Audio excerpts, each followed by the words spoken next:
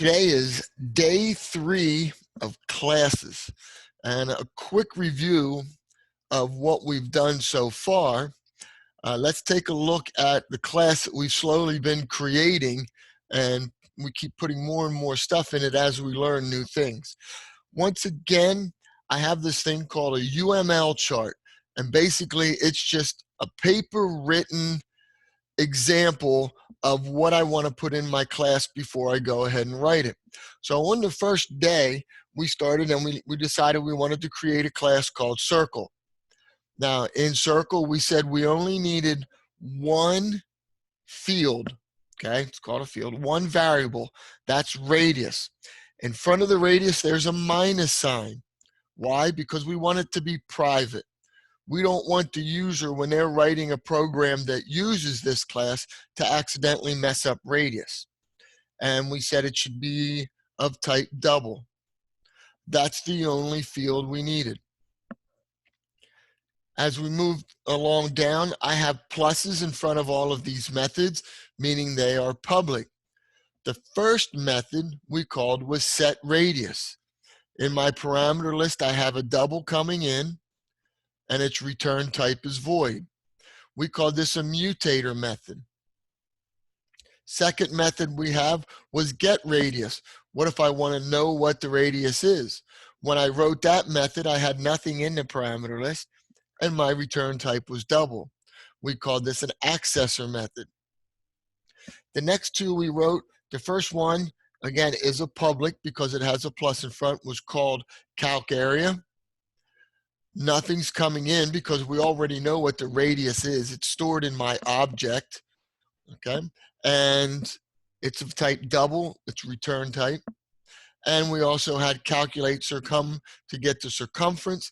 Again, nothing needed to come in, and we had a return type of double. Once we created the class, we said, hey, let's make sure that it works. We wrote a demo program that accessed the methods from this class. Over in the demo program, we created an object. Again, we called it instantiate an object. That was our big buzzword. We're going to instantiate a new object. Day 2, we took a look at our UML chart and we decided we needed to add some things. In this case, we added 2 constructors. The first one is the default constructor, which has no parameter coming in. Okay, and then we said we can let the radius be whatever we want inside the body of that constructor. In the second constructor, circle, we have a parameter of double coming in, and that value that comes in, we're going to assign it to radius. So in this program, we had 2 constructors. In the rectangle program that you looked at in the book, you had 2 constructors. One was blank, and the other one had 2 values coming in. The first one was for the length, the second one was for the width. If we wanted, we could have had another constructor that just had 1 value coming in, and we could have said both the length and the width equal that value. So we could have come up with a third constructor. Again, taking a look at the second day UML chart, we had our set radius, a double was coming in, and it was a void method. We had the 2, 3 value returning methods. And then we added a toString method. Has nothing coming in, but I return a string. And what was this used for? Well, then I could say system.out.println whatever my object was if I wanted. So if I declared circle C equals new circle, and I could use if I then said system.out.println C, it would display whatever string was created in my toString. Are there any questions about those first 2 days and how we laid out the UML charts? Okay, so today we're going to take a look at, let's take our circle, and I want to add another thing to it. Now, when I look up here at my declaration for circle, I see I have a constructor circle that's empty, and I have another constructor that has a parameter that's a double. We use a term for this. When I have the same name and then different things inside of the parentheses, I say it's overloaded, okay? It's overloaded when it has the same name, but different parameter list. So this constructor is overloaded. Now, if when I instantiate an object, I don't put anything in the parentheses, it'll know to go to this constructor. If I put a double in parentheses, it'll know to go to this constructor. Well, just like I have these overloaded constructors, I can also overload one of these methods down below. Now notice here I have a method from before, public set radius, and I brought a double in. And whatever that double was, I had radius become that. Well, what if I wanted to have another one and say, well, what if I wanted to pass in a string and then convert it inside of there? Well, I could do that. I have another method, same name, set radius, but this time if a string is passed in, it'll know to go to this method instead of that method. So I overloaded the method set radius, okay? And again, the terminology is overloading the method. It's when the method has the same name, but different signatures. Okay, all clear on that? All right, so now I want to do one more UML layout today, and then we're going to do one more on Wednesday. Excuse me, today is Wednesday, on Monday. And then the last 3 days of the class we're going to spend in chapter 7 dealing with arrays. But what if I had a class called clock? I want to create a clock object, okay?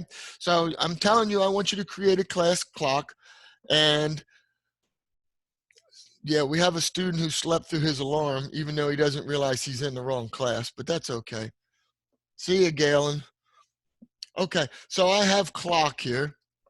And when you look at a clock, what are the things that you might need to know about a clock? Well, give me fields. What are the important things about a clock that you would want to store? Want to store the minutes and hours. Right, so let's start with hours. What data type should we make hours? An int, probably. Yep, very good. What else might, you said minutes? Yeah. I might want to store minutes. What else might I want to store? Seconds. Hours. What, say again? Seconds. Seconds, good. Now we're going to go military time, so we don't need to know AM or PM. So there are all of my fields that I'm going to need for clock. So what I'm doing is planning ahead. What would I need to know about dealing with the clock?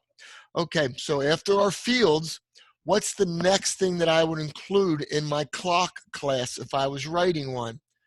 Well, after the fields, we then jump to constructors. First constructor might be clock with an empty parentheses. It's my default constructor. The programmer can assign whatever values he wants in the default constructor.